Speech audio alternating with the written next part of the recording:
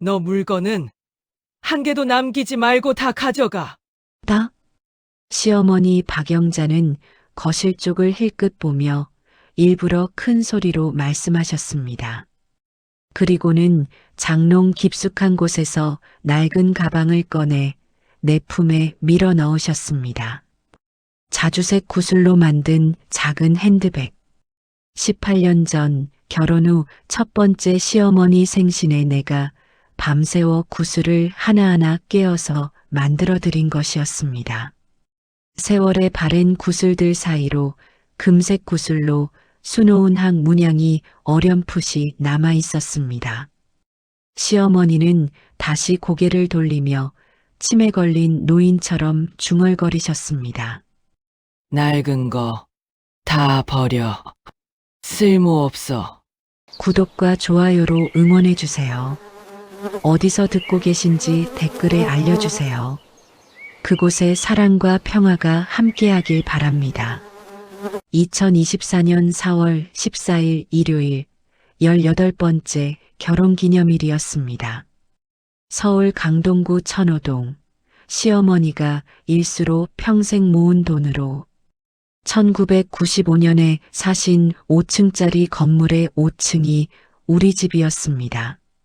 1층엔 24시간 편의점이 들어와 있었고 2층부터 4층까지는 오피스텔 6개가 새 들어 있었습니다. 월세만 650만 원씩 나왔지만 그 돈은 모두 시어머니가 관리하셨습니다. 건물 관리비, 세금, 수리비를 빼면 시어머니께서 남는 돈이 많지 않다고 하셔서 저희는 남편 정민은 정민의 교사 월급 380만 원으로 생활했습니다. 시어머니 박영자는 80세시셨습니다. 2018년 치매 진단을 받으셨다고 남편 정민이 말했습니다. 병원에 모시고 갔다 와서는 엄마가 초기 치매래. 앞으로 조심해야 되라고 했습니다. 하지만 저는 가끔 의심했습니다. 시어머니는 여전히 또렷하셨고 일상생활에 전혀 문제가 없으셨으니까요. 오히려 저보다 기억력이 좋으실 때가 많았습니다. 미란아, 일어났어? 아침 7시 시어머니가 부엌에서 저를 부르셨습니다. 저는 평소처럼 5시에 일어나 쌀을 씻어두고 시어머니 드실 당뇨식 반찬을 준비해 두었습니다. 네, 어머니. 금방 나갈게요. 거실로 나가니 시어머니가 식탁에 앉아 계셨습니다.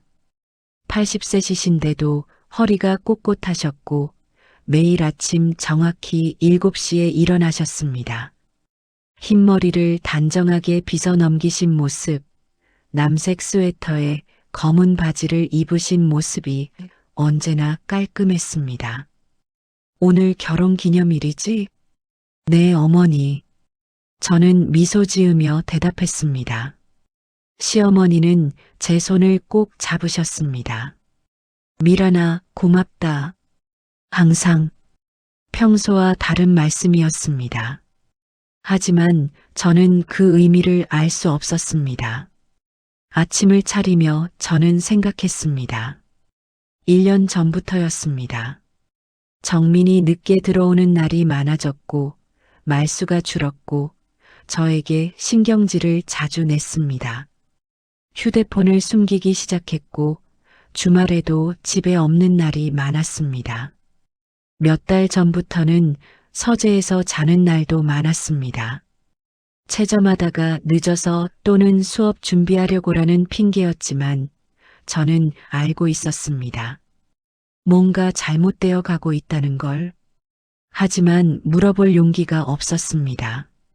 확인하는 순간 모든 게 끝날 것 같았으니까요. 아침을 차려드리며 저는 18년 전을 떠올렸습니다.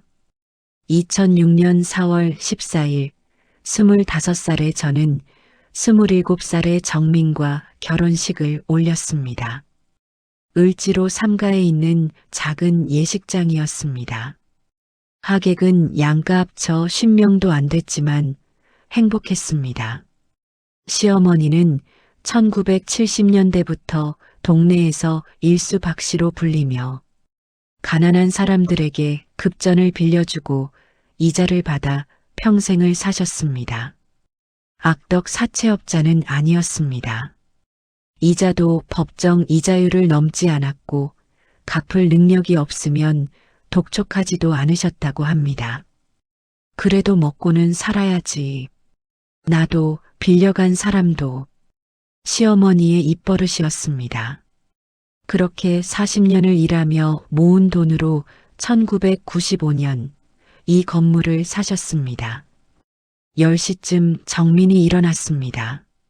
저는 부엌에서 된장찌개를 끓이고 있었습니다. 일어났어?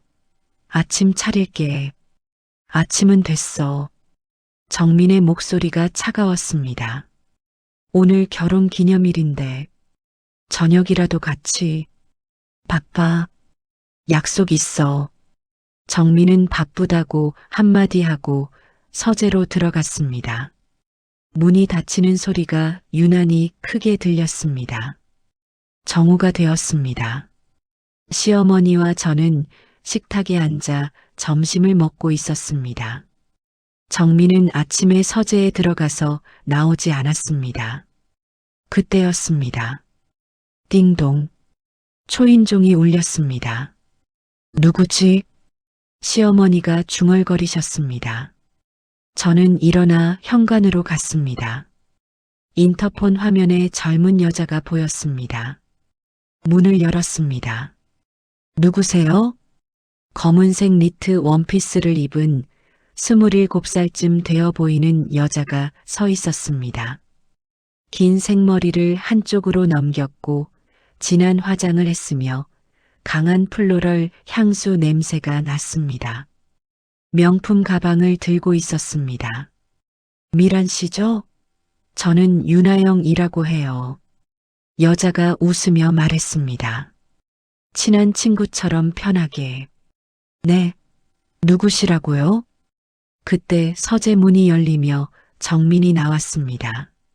왔어? 정민이 여자를 보며 말했습니다. 마치 기다리고 있었다는 듯이. 제가 좀 늦었죠?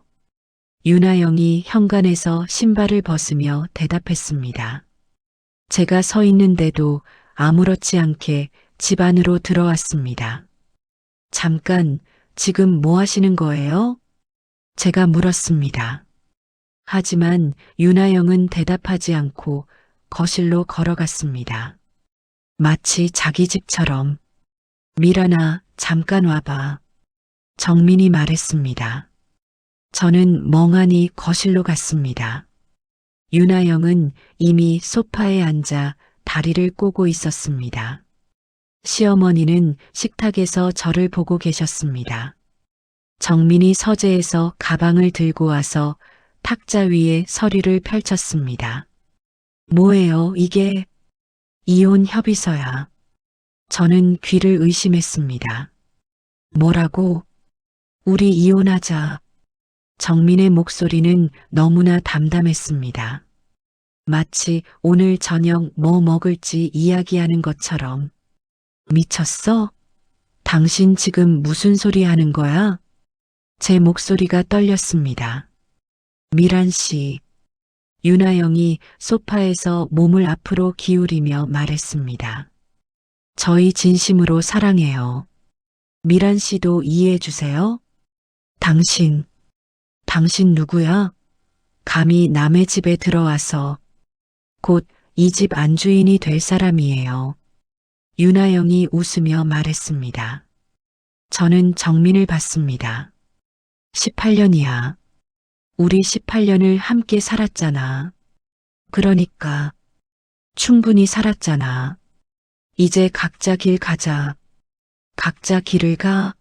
누구 맘대로. 제 목소리가 커졌습니다.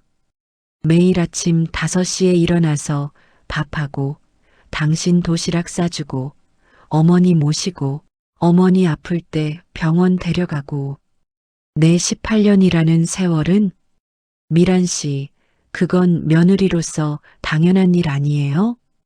정민이 차갑게 말했습니다. 당연한 일. 그 말에 저는 무너졌습니다. 아이가 없어서 그래. 그게 내 잘못이야?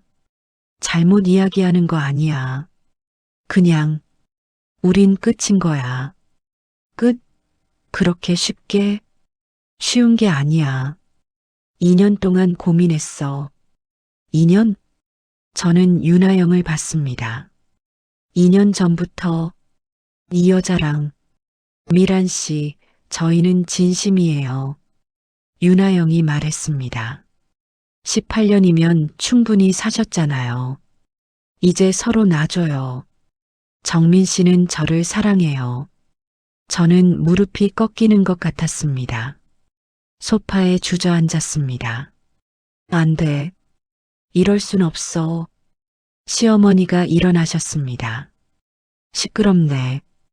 이혼하자면 이혼하면 되지. 뭘 이렇게 말들이 많아. 저는 시어머니를 봤습니다. 어머니, 엄마, 나 미란이랑 이혼하려고. 정민이 말했습니다. 시어머니는 냉랭하게 대답하셨습니다. 그래, 이혼해. 어차피 끝난 것 같으니까. 어머니, 어머니까지 왜 그러세요? 저는 믿을 수 없었습니다. 미란아, 도장 찍어. 질질 끌지 말고. 어머니, 됐어.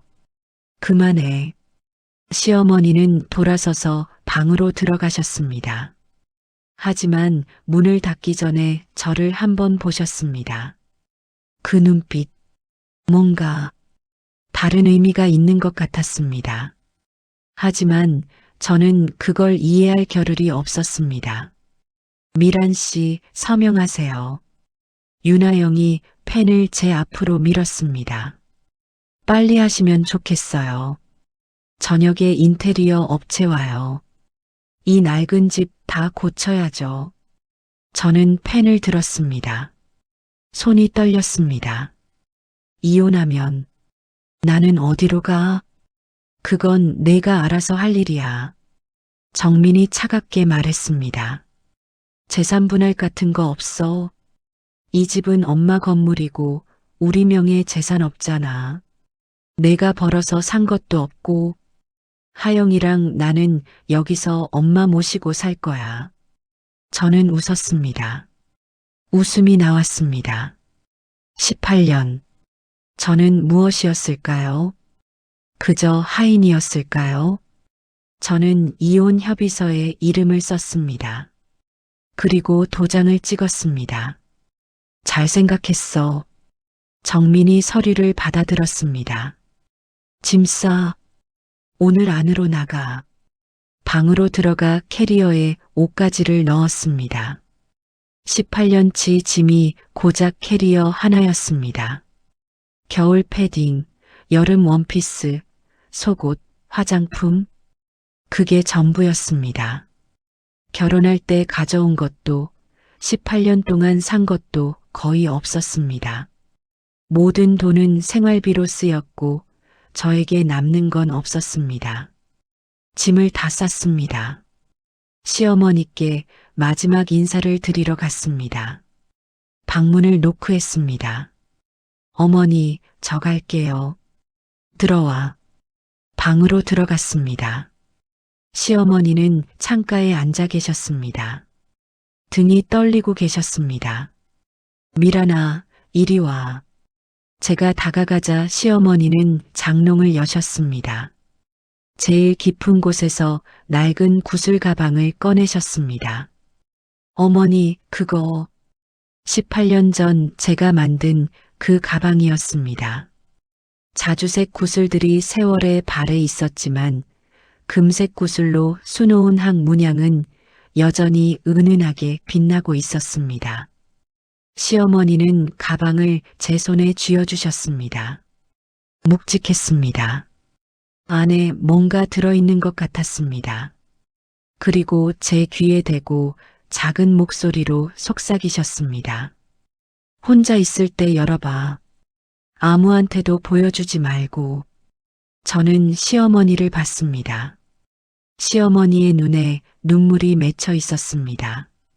시어머니는 제 손을 꼭 잡으시고 큰 소리로 말씀하셨습니다. 너 물건은 한 개도 남기지 말고 다 가져가. 다? 그리고는 다시 치매 걸린 노인처럼 중얼거리셨습니다. 낡은 거 다 버려. 쓸모없어. 저는 가방을 품에 안았습니다. 어머니, 건강하세요. 시어머니는 제 등을 밀었습니다. 가, 빨리. 하지만 제 손을 놓지 않으셨습니다. 한참을 꼭 쥐고 계시다가 천천히 놓으셨습니다. 저는 방을 나섰습니다. 거실을 지나 현관으로 갔습니다. 윤아영이 소파에서 인테리어 잡지를 펼쳐보고 있었습니다. 미란 씨, 잘 가요. 새 인생 사세요. 저는 대답하지 않았습니다. 캐리어와 구슬 가방을 들고 현관문을 열었습니다. 문을 닫기 전 마지막으로 뒤를 돌아봤습니다. 시어머니가 방문 틈으로 저를 보고 계셨습니다. 입모양으로 말씀하셨습니다. 미안해. 사랑한다. 저는 고개를 끄덕였습니다. 그리고 문을 닫았습니다. 엘리베이터를 타고 1층으로 내려갔습니다. 건물 밖으로 나오니 4월의 햇살이 따뜻했습니다. 하지만 제 마음은 얼어붙어 있었습니다. 18년. 내 청춘 전부가 이렇게 끝났습니다. 손에 든 구슬 가방만이 묵직하고 따뜻했습니다. 2007년 6월 15일 시어머니 70번째 생신이었습니다. 당시 저는 26이었고 남편 정민은 28이었습니다. 결혼한 지 14개월쯤 됐고 우리는 천호동 건물 5층에서 시어머니와 함께 살고 있었습니다. 정민은 강동구 명일고등학교에서 국어를 가르쳤고 저는 결혼 전 다니던 화장품 회사를 그만두고 전업주부가 되어 있었습니다. 여보, 오늘 엄마 생신인데 뭐 해드릴까? 정민이 아침에 물었습니다. 당시 정민은 저를 여보라고 불렀고 눈을 마주칠 때마다 미소를 지었습니다. 미역국 끓이고 밥상 차려드리자. 케이크도 사올게. 그래. 나도 퇴근하면서 꽃 사올게. 정민은 제 손을 잡았습니다. 손이 따뜻했습니다. 그때는 정민의 손이 따뜻했습니다. 정민이 출근하고 나서 저는 시어머니께 아침 식사를 대접했습니다. 흰 쌀밥에 된장찌개, 김 멸치볶음을 차려드렸습니다. 어머니, 생신 축하드려요. 어머, 미란이가 기억하고 있었네. 고맙다.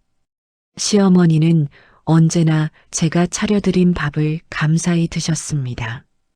한 번도 짜다거나 싱겁다거나 말씀하신 적이 없었습니다.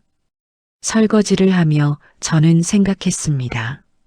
생신인데 시어머니께 뭔가 특별한 선물을 드리고 싶었습니다.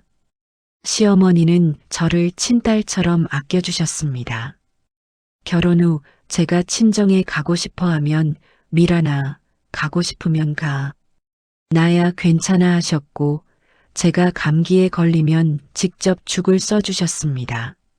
하지만 돈이 없었습니다. 제가 쓸 수 있는 한 달 용돈은 5만 원이었습니다. 그것도 정민이 필요한 거 있으면 써하며 주는 돈이었습니다.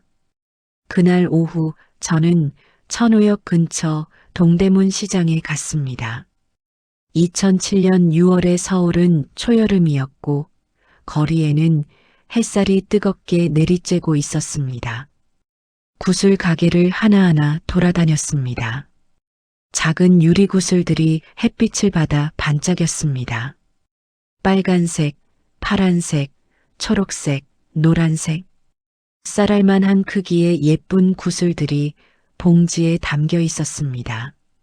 아줌마, 이 구슬들 얼마예요? 한 봉지에 100원이야. 100개씩 들어있어.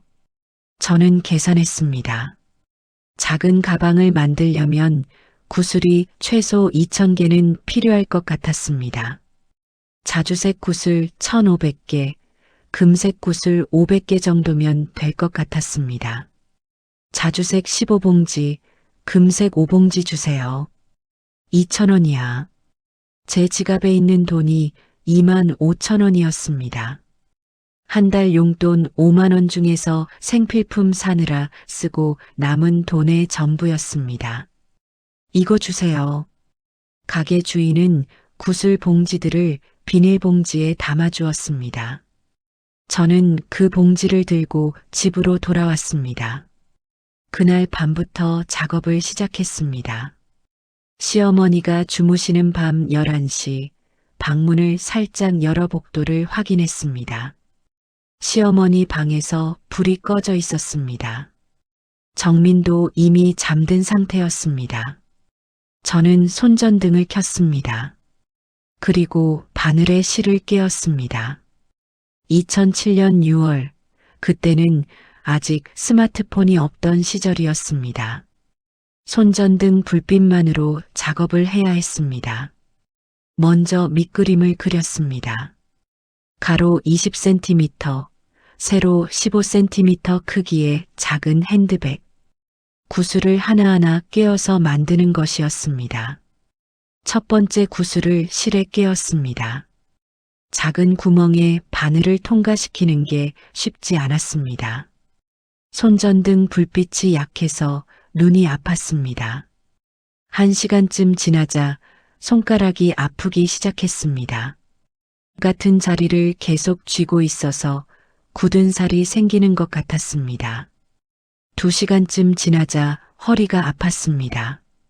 새벽 3시쯤 되어서야 첫날 작업을 마쳤습니다. 겨우 5cm 정도 진행됐습니다. 이 속도면 일주일은 걸릴 것 같았습니다. 둘째 날 밤 손가락에서 피가 났습니다. 바늘에 찔린 것이었습니다. 작은 빨간 점이 손가락 끝에 맺혔습니다. 입으로 빨아내고 반창고를 붙였습니다. 그리고 다시 작업을 계속했습니다. 셋째 날 밤 눈이 침침했습니다. 손전등 불빛으로 작은 구슬을 보느라 눈이 너무 피로했습니다. 눈을 감고 쉬고 싶었지만 생신까지 시간이 없었습니다. 넷째 날 밤 허리가 너무 아팠지만 참았습니다. 다섯째 날 밤 가방의 형태가 드러나기 시작했습니다. 자주색 구슬들이 연결되어 작은 가방이 되어가고 있었습니다. 여섯째 날 밤 학 문양을 만들기 시작했습니다. 시어머니가 학을 좋아하신다는 걸 알았습니다. 거실에 학 그림이 걸려 있었고 시어머니는 가끔 학처럼 오래오래 살아야지 라고 말씀하셨으니까요.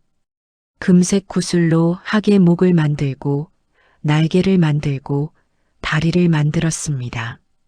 작은 가방 앞면에 학이 날개를 펼친 모습이 나타났습니다. 일곱째 날 밤 가방이 완성됐습니다. 6월 22일, 일주일 늦은 생신날 아침이었습니다.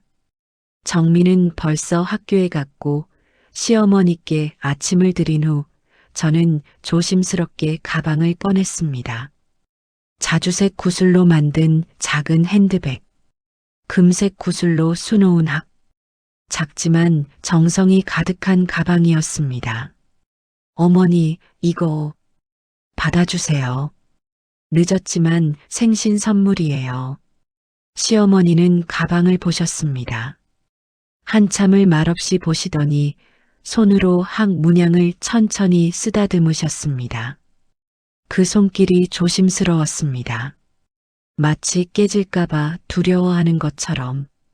미란아, 이걸 내가 직접 만들었어요. 구슬 하나하나 깨어서요. 시어머니의 눈가에 눈물이 맺혔습니다. 이른의 시어머니가 우셨습니다. 미란아, 얼마나 힘들었어. 시어머니는 제 손을 잡으셨습니다. 그리고 제 손가락 끝을 보셨습니다. 반창고가 붙어 있었습니다. 다쳤어? 아니에요. 괜찮아요. 바늘에 찔렸어? 밤새 만들었구나. 시어머니는 제 손을 꼭 쥐셨습니다. 미란아, 너 정말 착한 애야. 세상에서 제일 착한 애야. 어머니가 좋아하시면 돼요. 좋아. 미란아, 이건. 시어머니는 가방을 가슴에 안으셨습니다. 평생 간직할 거야. 절대 버리지 않을 거야. 죽을 때까지 간직할 거야. 그날 저녁 정민이 들어왔을 때 시어머니는 가방을 보여주셨습니다. 정민아, 봐라. 미란이가 만들어줬어. 정민은 잠깐 보더니 고개를 끄덕였습니다. 아, 그래요? 너무 이쁘네요. 그날 밤 시어머니는 장롱 제일 깊은 곳에 그 가방을 넣으셨습니다. 제가 설거지를 하고 있을 때 시어머니 방문이 살짝 열려 있어서 봤습니다. 시어머니는 가방을 장롱 깊숙이 넣으시며 중얼거리셨습니다. 여기가 제일 안전하지. 소중한 건 여기 보관해야지. 당시 저는 그 말을 이해하지 못했습니다. 그냥 시어머니가 가방을 아껴주신다는 생각만 했습니다. 그리고 18년 후 그 가방이 제 손에 다시 쥐어질 줄은 몰랐습니다. 2008년 겨울 시어머니가 계단에서 넘어지시는 사고가 있었습니다. 어머니, 저는 비명을 지르며 달려갔습니다. 시어머니는 2층 계단 중간쯤에 주저앉아 계셨습니다. 오른쪽 발목을 붙들고 계셨습니다. 괜찮아, 미란아. 그냥 좀 삐끗한 것 같아. 하지만 병원에서는 인대 파열이라고 했습니다. 한 달간 절대 안정이라고 했습니다. 그날부터 저는 시어머니를 업었습니다. 아침에 일어나시면 침대에서 화장실까지 업어드렸고 식사 후에도 저녁에도 하루에 여러 번 수도 없이 업어드렸습니다. 시어머니 체중은 48kg이었지만 하루에 여러 번씩 업고 내리기는 쉽지 않았습니다. 일주일이 지나자 허리가 아프기 시작했습니다. 2주가 지나자 무릎도 시큰거렸듯 3주가 지나자 계단을 오를 때마다 식은땀이 났습니다. 미란아, 미안하다. 내가 조심할걸. 어머니, 무슨 말씀을. 제가 더 잘 챙겼어야죠. 한 달 후 시어머니 발목이 나으셨을 때 저는 병원에 갔습니다. 허리 디스크 초기 진단을 받았습니다. 의사는 무거운 거 들지 마세요라고 했지만 저는 계속 집안일을 했습니다. 2010년 봄 정민의 월급이 올랐습니다. 380만 원에서 420만 원으로. 정민은 그 돈으로 새 노트북을 샀습니다. 수업 자료 만들려면 좋은 컴퓨터가 필요해. 저는 겨울 패딩이 5년째 같은 것이었습니다. 소매 부분이 낡아서 솜이 비쳐 보였습니다. 새로 사고 싶었지만 말하지 못했습니다. 어느 날 시어머니가 말씀하셨습니다. 미란아, 패딩 새로 사야 하는 거 아니야? 괜찮아요, 어머니. 이거 아직 입을 만해요. 미란아. 시어머니는 더 이상 말씀하지 않으셨습니다. 하지만 그날 밤 시어머니 방에서 작은 소리가 났습니다. 뭔가 적는 소리였습니다. 2012년 가을, 저는 산부인과에 갔습니다. 결혼한 지 6년이 넘었는데 아이가 생기지 않았습니다. 난소 기능이 저하되어 있어요. 자연 임신이 어려울 수 있습니다. 의사의 말에 저는 무너졌습니다. 집에 돌아와 방문을 닫고 한참을 울었습니다. 똑똑. 시어머니가 문을 두드리셨습니다. 미란아, 괜찮아? 네. 어머니, 괜찮아요. 미란아, 문 열어봐. 저는 문을 열었습니다. 시어머니는 제 손을 잡으셨습니다. 병원에서 뭐라고 했어? 저는 울면서 말씀드렸습니다. 시어머니는 제 등을 쓰다듬으셨습니다. 미란아, 넌 아무 잘못 없어. 아이가 없어도 돼. 우리 셋이서 잘 살면 되지. 하지만 정민은 달랐습니다. 그날 밤 정민은 술을 마시고 들어왔습니다. 평소에 술을 안 하는 정민이 취해서 들어온 건 처음이었습니다. 아이도 못 낳을 거면 뭐하러 결혼했어? 정민이 소파에 앉으며 말했습니다. 미안해. 됐어. 자러 갈게. 정민은 그 이상 말하지 않았지만 그날 밤 제 가슴에 뭔가 깊이 박혔습니다. 2015년 여름 친정 어머니가 돌아가셨습니다. 뇌출혈이었습니다. 부산에서 온 전화를 받고 저는 그 길로 KTX를 탔습니다. 정민에게 전화했습니다. 여보, 엄마가 돌아가셨어. 부산 가야 해. 혼자 다녀와. 난 학교에 일이 있어서 못 갈 것 같아. 미안해. 정민은 서울에 남았습니다. 시어머니만 함께 부산으로 내려오셨습니다. 장례식장에서 저는 3일 동안 울었습니다. 시어머니는 제 옆에서 밤을 새우셨습니다. 미란아, 울어도 돼. 내 앞에서는 울어도 돼. 저는 시어머니 품에 안겨 한참을 울었습니다. 친정 어머니는 제가 결혼한 후 단 한 번도 서울에 올라오지 않으셨습니다. 시집 식구들 불편하겠다며 장지로 가는 버스 안에서 시어머니가 말씀하셨습니다. 미란아, 이제부터는 내가 내 엄마야. 알았지? 저는 고개를 끄덕이며 울었습니다. 2018년 봄 정민이 시어머니를 병원에 모시고 갔습니다. 돌아와서 말했습니다. 엄마가 초기 치매래. 앞으로 조심해야 된대. 하지만 시어머니는 여전히 또렷하셨습니다. 제가 3년 전에 드린 손수건도 기억하시고 5년 전에 같이 간 시장 이름도 기억하셨습니다. 2020년 코로나가 시작됐습니다. 세상이 멈췄지만 우리 집은 달라지지 않았습니다. 저는 여전히 5시에 일어나 밥을 했고 시어머니를 돌봤습니다. 마스크를 구하러 약국 앞에서 2시간을 기다렸습니다. 손 소독제를 구하러 여러 마트를 돌아다녔습니다. 발이 부어올랐지만 시어머니께 마스크를 드려야 했습니다. 미란아, 내 발 왜 그래? 괜찮아요, 어머니. 좀 걸었더니 그래요. 2022년 겨울, 정민이 처음으로 집에 들어오지 않았습니다. 학교에서 자야 할 것 같아. 내일 아침 일찍 회의 있어. 준비할 게 좀 많아. 문자 한 통이 전부였습니다. 저는 그날 밤 한숨도 못 잤습니다. 시어머니 방에서도 불이 켜져 있었습니다. 그때부터였습니다.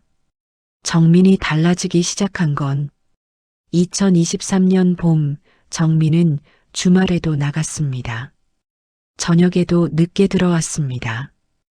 휴대폰을 숨겼습니다. 서재에서 자는 날이 많아졌습니다. 요즘 무슨 일 있어? 없어. 왜? 그냥 예전하고 다른 것 같아서. 당신이 예민한 거야. 대화가 끊어졌습니다. 2023년 가을, 어느 날 밤 저는 혼자 울고 있었습니다. 방문 틈으로 불빛이 새어 들어왔습니다. 시어머니였습니다. 똑똑, 미란아. 저는 얼른 눈물을 닦았습니다. 네, 어머니. 시어머니가 들어오셨습니다. 그리고 제 손을 잡으셨습니다. 아무 말씀도 하지 않으셨습니다. 그냥 제 손을 꼭 잡고 계셨습니다. 그 손길이 따뜻했습니다. 2024년 1월 1일 새해 첫날이었습니다. 저는 떡국을 끓였습니다. 18년째였습니다. 정민은 떡국 한 그릇을 먹고 바로 나갔습니다. 어디가? 친구 만나. 설날인데. 금방 올게. 정민은 저녁 늦게 들어왔습니다. 시어머니는 식탁에 앉아 저를 보고 계셨습니다. 미란아, 조금만 더 참아. 네, 조금만 더. 시어머니의 눈빛이 이상했습니다. 뭔가 아시는 것 같았습니다. 그리고 2024년 4월 14일, 18번째 결혼기념일. 모든 것이 끝났습니다. 정희야. 정희는 문을 열자마자 저를 껴안았습니다. 고등학교 동창인 정희는 천호에서 작은 분식집을 운영하고 있었습니다. 결혼하지 않고 혼자 사는 그녀는 제가 전화하자마자 당장 와라고 했습니다. 어떻게 된 거야? 전화로는 자세히 말 안 했잖아. 이혼했어. 오늘. 뭐? 오늘? 정희는 믿을 수 없다는 표정이었습니다. 저는 오늘 있었던 일을 모두 이야기했습니다. 정민의 불륜, 윤하영의 등장, 이혼 서류, 시어머니의 구슬 가방. 그 개자식. 18년이 아무것도 아니야. 정희는 분노로 떨었습니다. 하지만 저는 담담했습니다. 이미 눈물도 다 말라버린 것 같았습니다. 정희야, 오늘만 재워줘. 내일 고시원 알아볼게. 무슨 소리야? 여기 있어. 내 방 있잖아. 정희는 저를 2층 자기 방으로 안내했습니다. 1층은 분식집이고 2층은 정희가 사는 공간이었습니다. 작은 원룸이었지만 따뜻했습니다. 씻고 쉬어. 내가 라면 끓일게. 정희가 나가고 저는 혼자 남았습니다.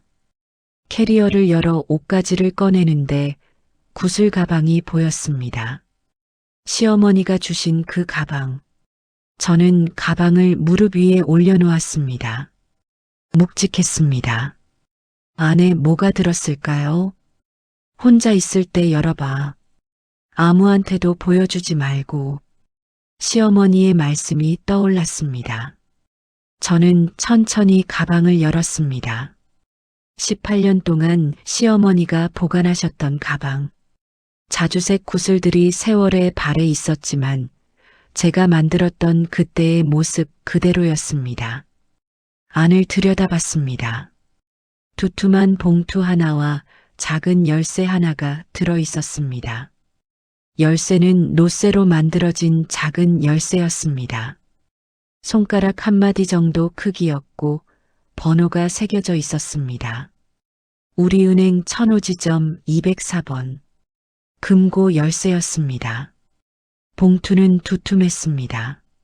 시어머니의 자필로 미라니에세라고 쓰여 있었습니다. 저는 떨리는 손으로 봉투를 열었습니다. 안에 편지지 여러 장이 들어 있었습니다. 시어머니의 정갈한 필체로 빼곡하게 쓰여 있었습니다. 첫 장을 펼쳤습니다. 미란아, 이 글을 읽고 있다는 건 내가 이미 집을 나갔다는 뜻이겠지. 미란아, 너 지금 많이 아프지? 18년이 하루아침에 무너진 것 같아서 숨도 제대로 못 쉬고 있을 거야. 괜찮아. 울어도 돼. 아파도 돼. 하지만 미란아, 한 가지만 기억해줘. 너는 아무 잘못 없어. 단 한 가지도. 나는 18년 동안 내가 한 모든 것을 봤어. 내가 웃을 때도 참을 때도 혼자 울 때도 다 봤어. 새벽 5시에 일어나 밥 짓던 내 뒷모습. 내 무릎 아플 때 파스 붙여주던 내 손길. 아무도 안 볼 때 혼자 눈물 닦던 내 모습. 미란아, 나는 다 기억해. 그래서 내가 너를 지키기로 했어. 2년 전 겨울, 정민이가 처음으로 집에 안 들어온 날 밤, 나도 한숨도 못 잤어. 내 방에서 새어나오는 울음소리 들으면서 그날 내가 결심했어. 내가 버림받아도 최소한 빈손으로는 나가지 않게 해주겠다고. 2023년 1월 15일, 내가 건물 명의를 내 이름으로 바꿨어. 정민이는 몰라. 천호동 건물, 이제 내 거야.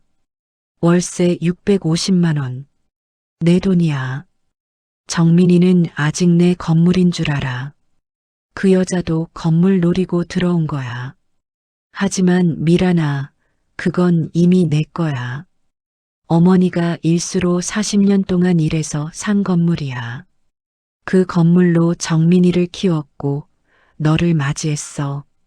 이제 그 건물은 내 거야. 내가 너한테 주는 거야.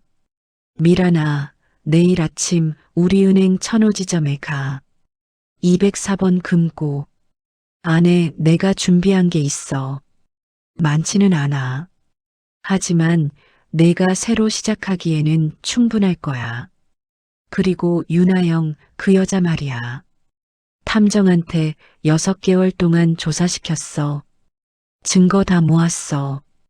그 여자, 이혼녀고 겉만 번지르르 하지 돈 한 푼 없어. 정민이 건물 상속받을 줄 알고 들어온 거야. 증거는 금고 안에 USB로 다 있어. 필요하면 써라. 근데 난 내가 그냥 웃으면서 새 인생 살았으면 해. 미란아, 나는 너를 정말 사랑했고 지금도 사랑한다. 내 친자식보다 더 사랑했어. 18년 동안 내가 흘린 땀, 내가 참았던 아픔, 내가 삼켰던 눈물. 내가 다 알아. 이제 너 인생 살아, 미란아. 내가 하고 싶었던 것, 내가 먹고 싶었던 것, 내가 입고 싶었던 것, 다 해라. 나한테 미안해하지 마. 나는 행복해. 내가 지켜진다는 게, 내가 다시 일어설 수 있다는 게 행복해. 사랑한다. 우리 딸. 엄마가. 저는 편지를 읽으며 울었습니다. 소리내어 울었습니다. 어머니.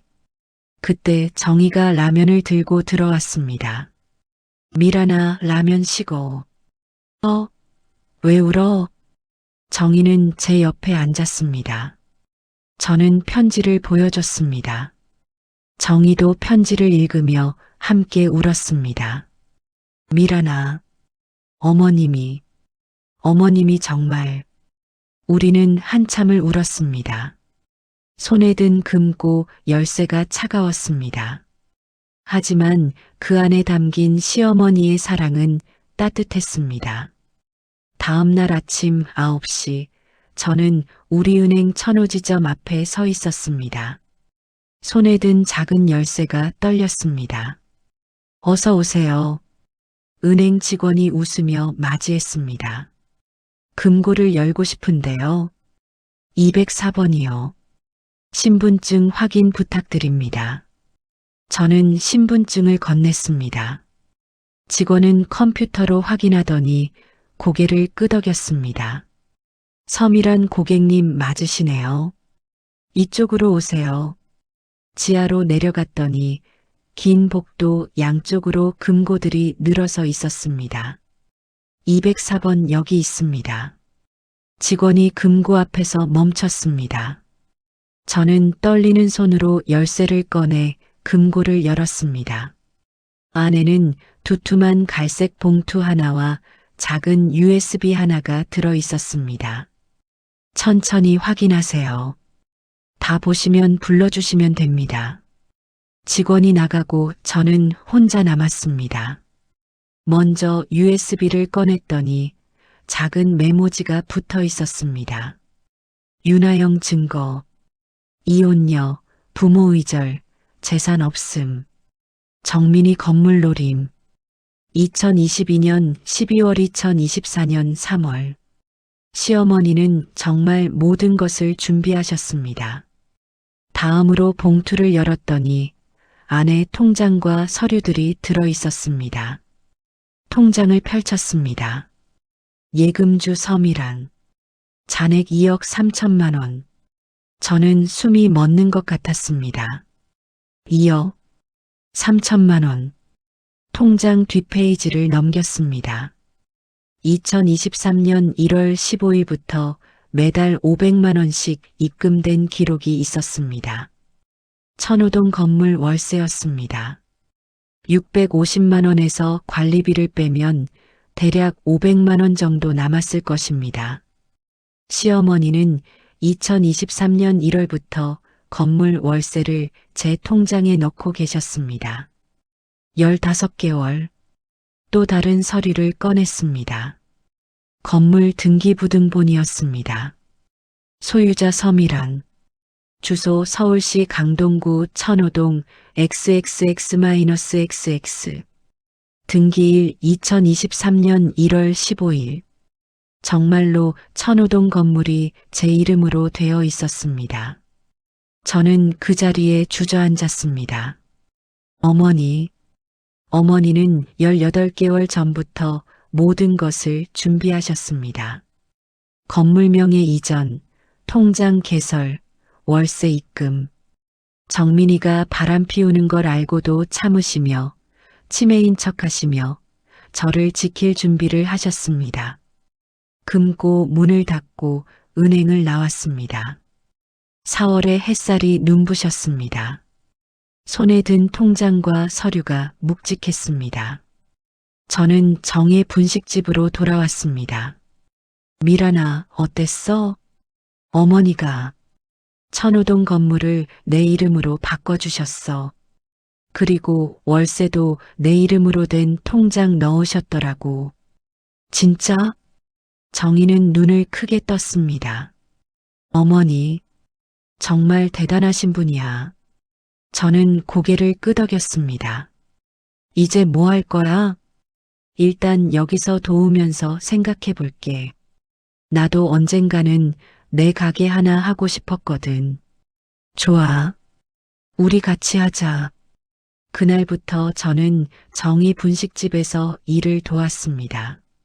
아침에 떡볶이 양념을 만들고, 점심에는 김밥을 말고, 저녁에는 설거지를 했습니다. 손님들이 사장님, 새로 들어온 분이세요? 하고 물으면 정희는 제 동생이에요 라고 대답했습니다. 일하면서 저는 생각했습니다. 저도 언젠가는 제 가게를 하고 싶었습니다.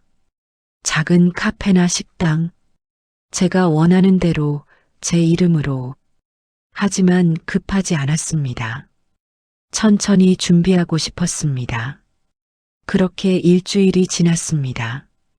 2024년 4월 25일 새벽 정희에게서 전화가 왔습니다.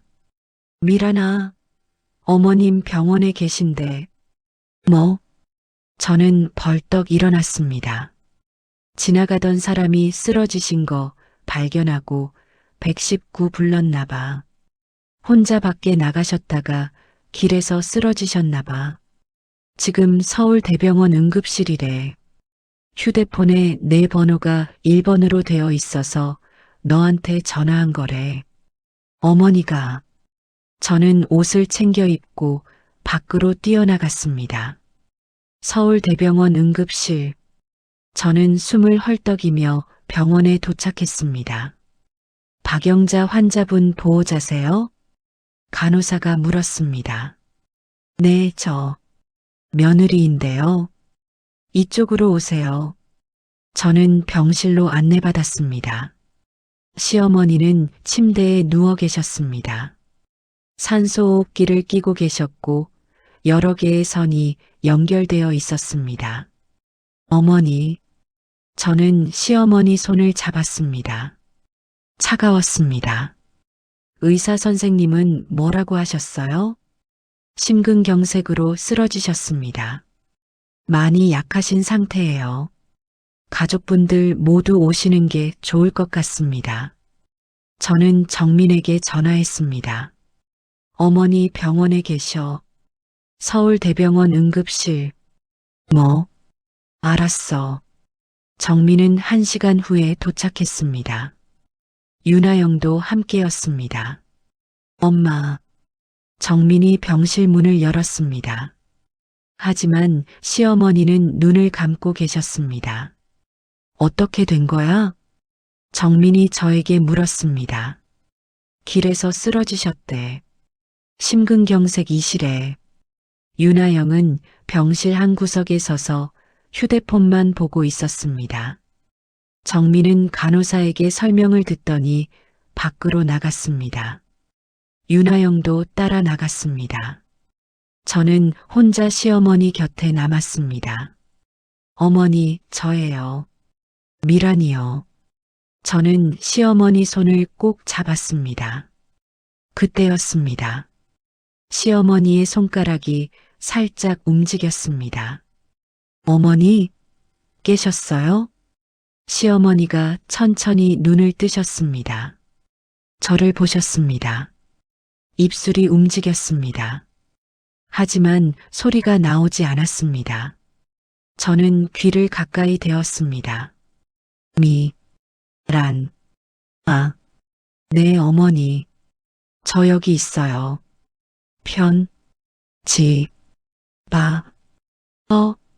네, 봤어요.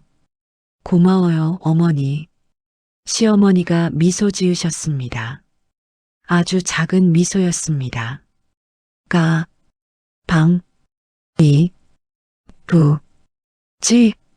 제가 만들었던 구슬 가방을 말씀하시는 것 같았습니다. 네, 어머니. 정말 이뻐요. 네, 어머니. 저도 사랑해요, 어머니. 시어머니는 제 손을 꼭 쥐셨습니다. 그리고 천천히 눈을 감으셨습니다. 어머니, 저는 간호사를 불렀습니다. 간호사가 달려왔습니다. 의사도 왔습니다. 하지만 시어머니는 다시 깨어나지 않으셨습니다. 2024년 4월 25일 오전 11시 32분. 시어머니 박영자께서 돌아가셨습니다. 정민과 윤아영이 병실로 들어왔습니다. 엄마. 정민이 침대 옆으로 다가갔습니다. 왜 말도 안 하고 혼자 나가서 이렇게. 정민은 조용히 울고 있었습니다. 저는 조용히 밖으로 나와서 복도 벤치에 앉아 울었습니다. 어머니, 18년 동안 저를 지켜주신 분, 마지막까지 저를 사랑해주신 분, 저는 한참을 울었습니다. 장례식은 3일장으로 서울대병원 장례식장에서 치러졌습니다. 정민이 상주였고 저는 며느리였습니다. 이미 이혼했지만 장례식에서만큼은 가족이었습니다. 조문객은 많지 않았습니다.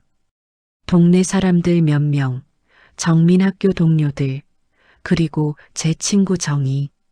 저는 3일 동안 영정 앞에 앉아 있었습니다. 어머니, 고마웠어요. 사랑해요. 정민은 대부분 시간을 밖에서 보냈습니다. 윤아영과 함께. 장례식 첫날 저녁 윤아영이 제게 다가왔습니다. 미란 씨, 왜 여기 계세요? 윤아영이 눈을 찌푸리며 말했습니다. 이혼했잖아요. 더 이상 가족도 아닌데. 저는 대답하지 않았습니다. 정민 씨, 윤아영이 정민을 불렀습니다. 왜 저 여자가 여기 있어요? 이혼했잖아요. 정민은 귀찮다는 듯 한숨을 쉬었습니다. 그냥 놔둬. 엄마랑 미란이 사이가 좋았어. 인사하러 온 거겠지. 하지만 됐어. 어차피 내일 모레면 끝이야. 정민은 대수롭지 않게 말했습니다. 윤하영은 불만스러운 표정으로 돌아갔습니다. 셋째 날 아침 발인 전이었습니다. 한 남자가 장례식장에 들어왔습니다. 50대쯤 되어 보이는 정장을 입은 남자였습니다. 유족분이 계십니까? 네, 저희인데요. 정민이 대답했습니다. 저는 법무법인 정담의 변호사 김철수입니다. 고 박영자님의 유언 집행자입니다. 아, 네. 알겠습니다. 정민은 담담하게 고개를 끄덕였습니다.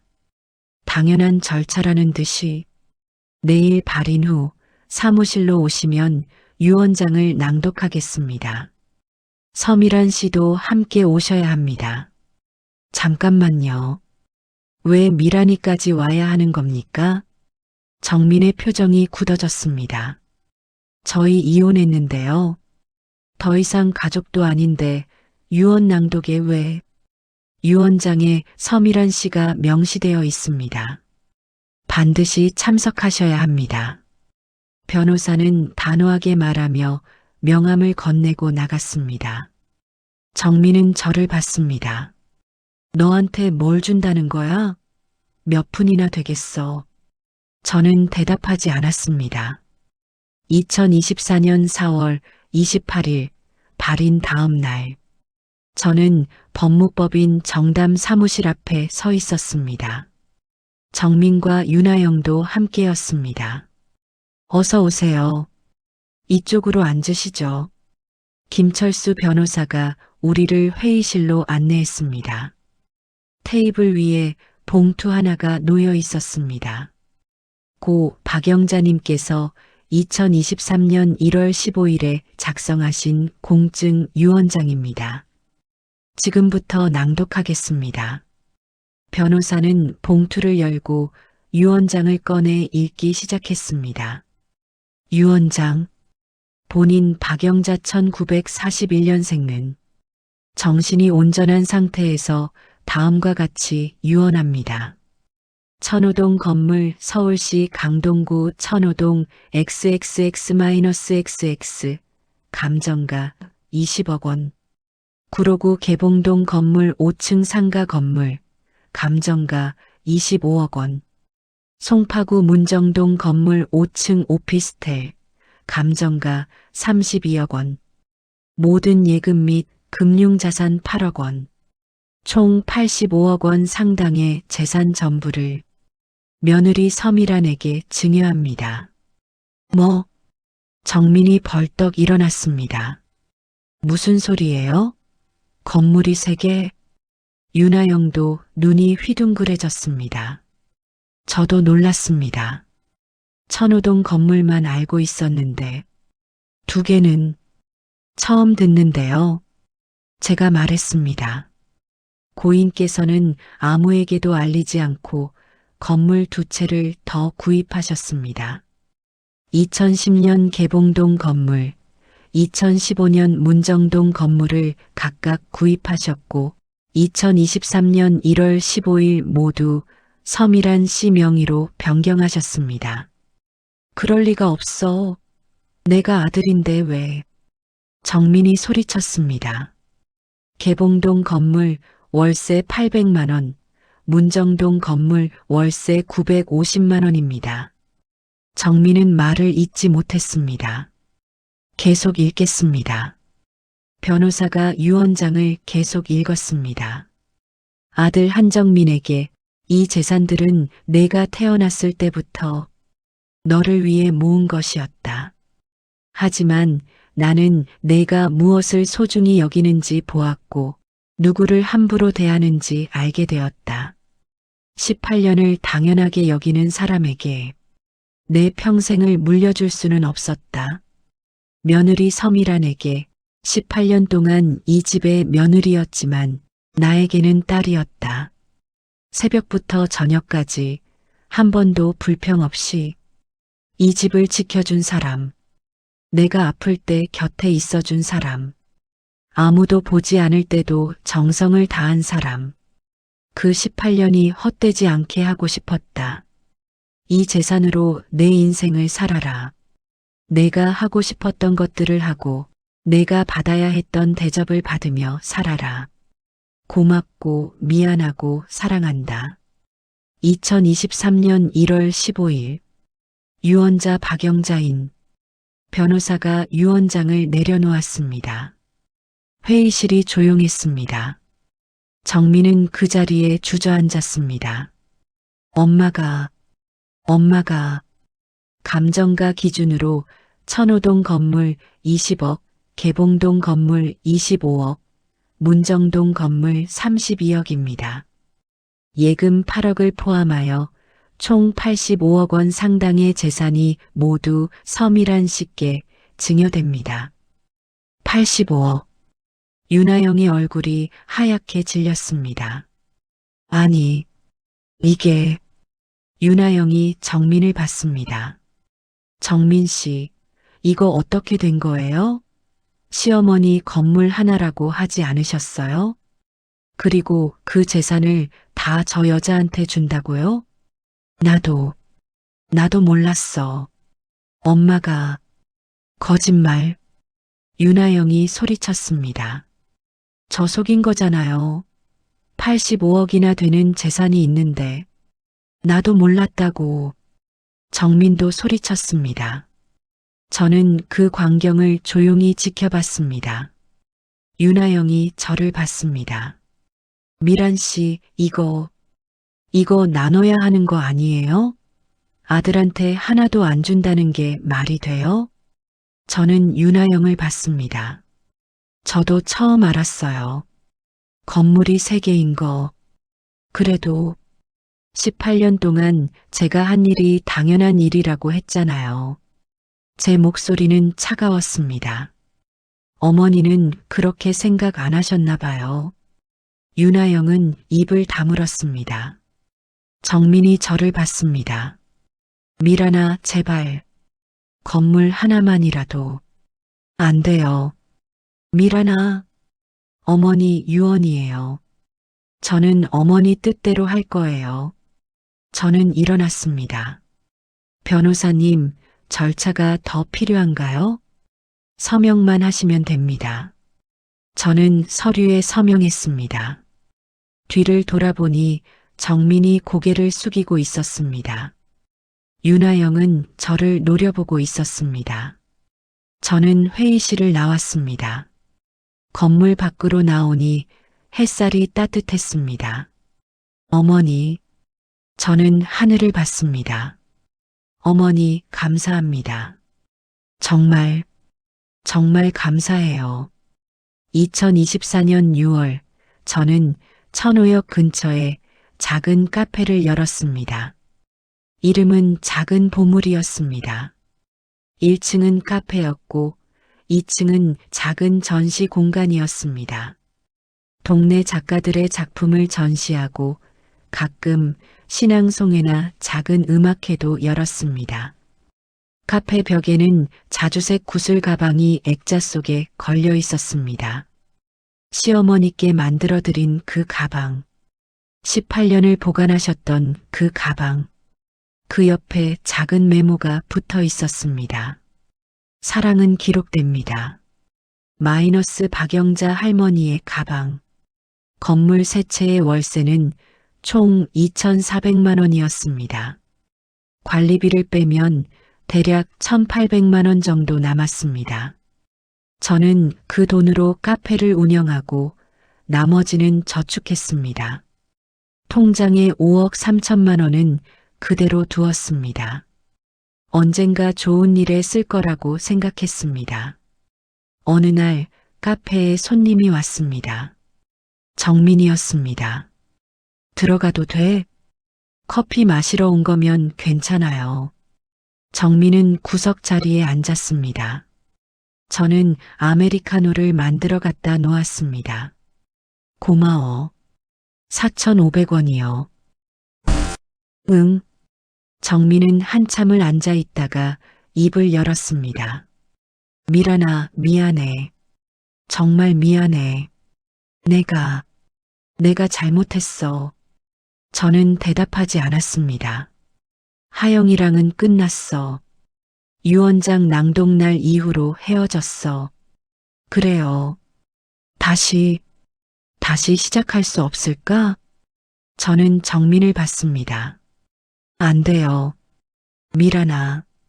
18년 동안 당신은 저를 당연한 사람으로 봤어요. 하지만 어머니는 저를 소중한 사람으로 보셨어요.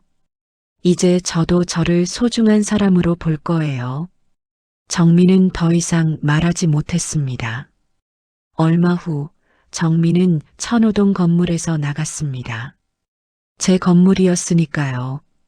법적으로 퇴거 요청을 할 수 있었지만 저는 한 달의 유예 기간을 줬습니다.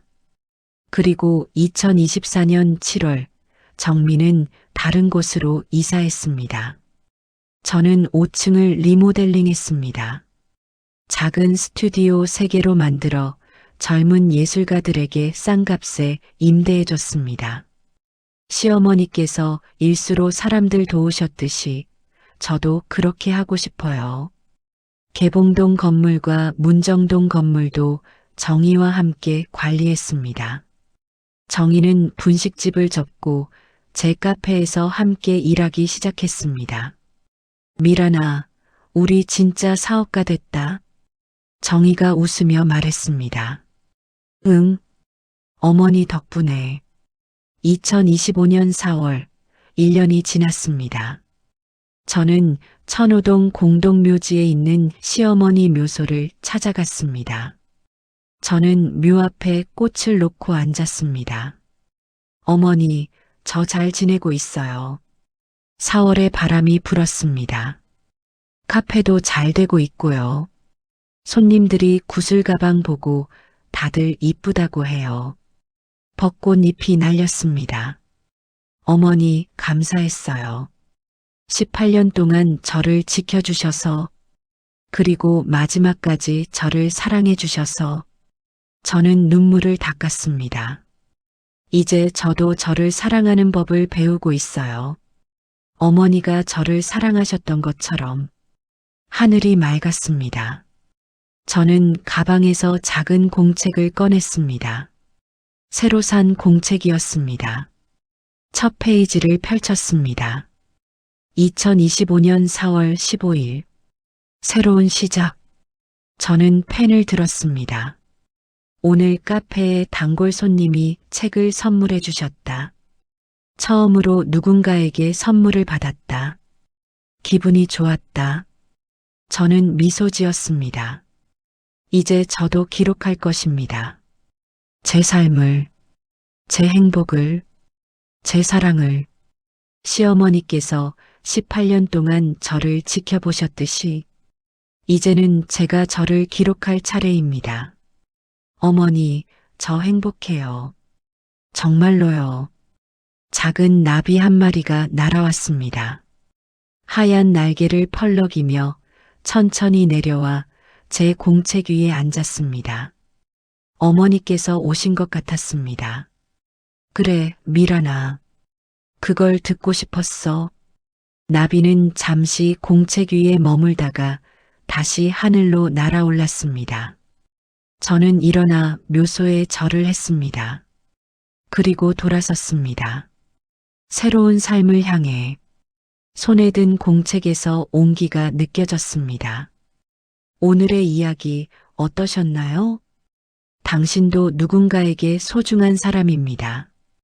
당신의 시간도 결코 당연하지 않습니다. 댓글로 이야기 나눠주세요. 구독과 좋아요는 다음 이야기에 힘이 됩니다.